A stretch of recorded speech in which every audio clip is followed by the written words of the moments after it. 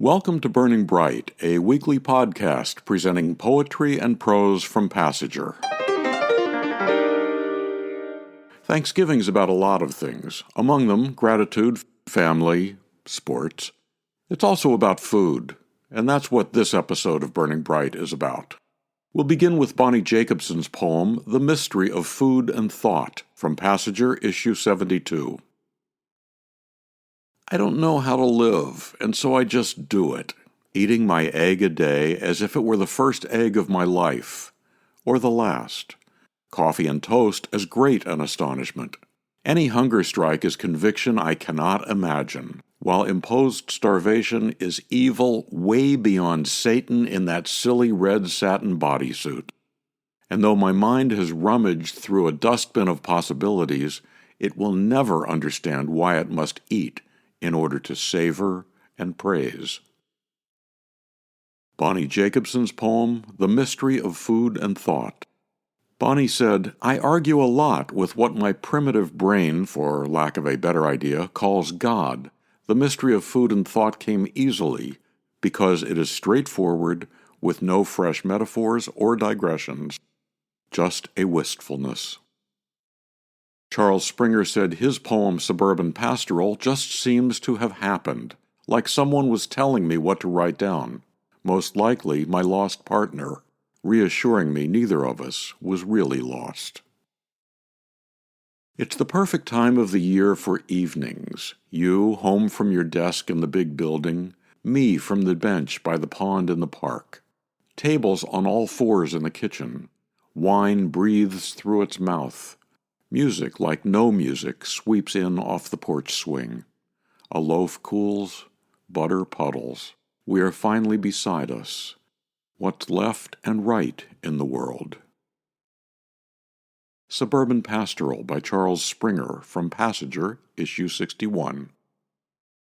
Fran Markover grew up on a small poultry farm in the Catskill Mountains with her parents and grandparents. She said her grandmother spoke her heart and mind to the dishes she prepared, and those dishes tasted richer as a result. Here's Fran Markover's poem, Stew.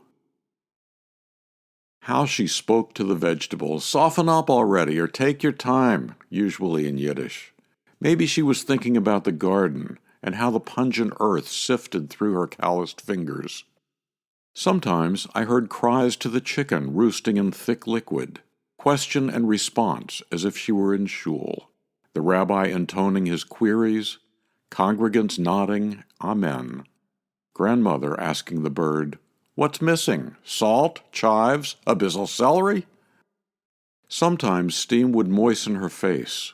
It wasn't the onion commiserating or broth on lowest flame, but something bone deep, green as kale, that led her to whisper, Only in dreams are carrots as big as bears. Or, Mein cabbage, help me. Gott in Himmel, my God in heaven, help me remember. How much sour or sweet, how much longer for each layer to boil down, simmer, tender as flesh. Fran Markover's poem Stew originally appeared in Passenger, issue 59, and later in her collection Grandfather's Mandolin. Sharron Singleton speculates that because oranges are sexier and more sensual than apples, maybe Adam would have been more likely to be seduced if Eve had offered him an orange rather than an apple. Her poem, I Think It Was an Orange, uses as an epigraph this line from Genesis.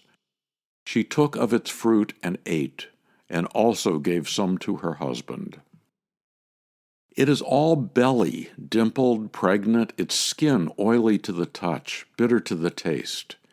It speaks in tongues, gives a small zesty gasp as you peel off its clothes.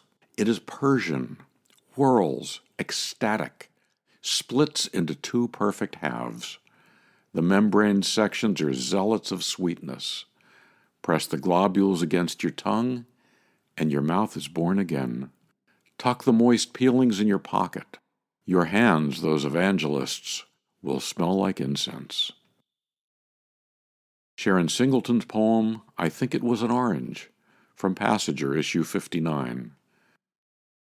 Remember back in the old days when Thanksgiving dinner was just Thanksgiving dinner? Turkey, stuffing, potatoes, vegetables, rolls, pumpkin pie. It's not so easy anymore.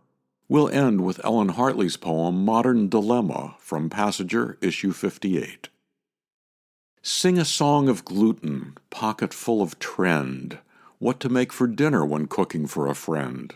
Mercury in tuna fish, arsenic in rice, chicks have salmonella even cooked with spice.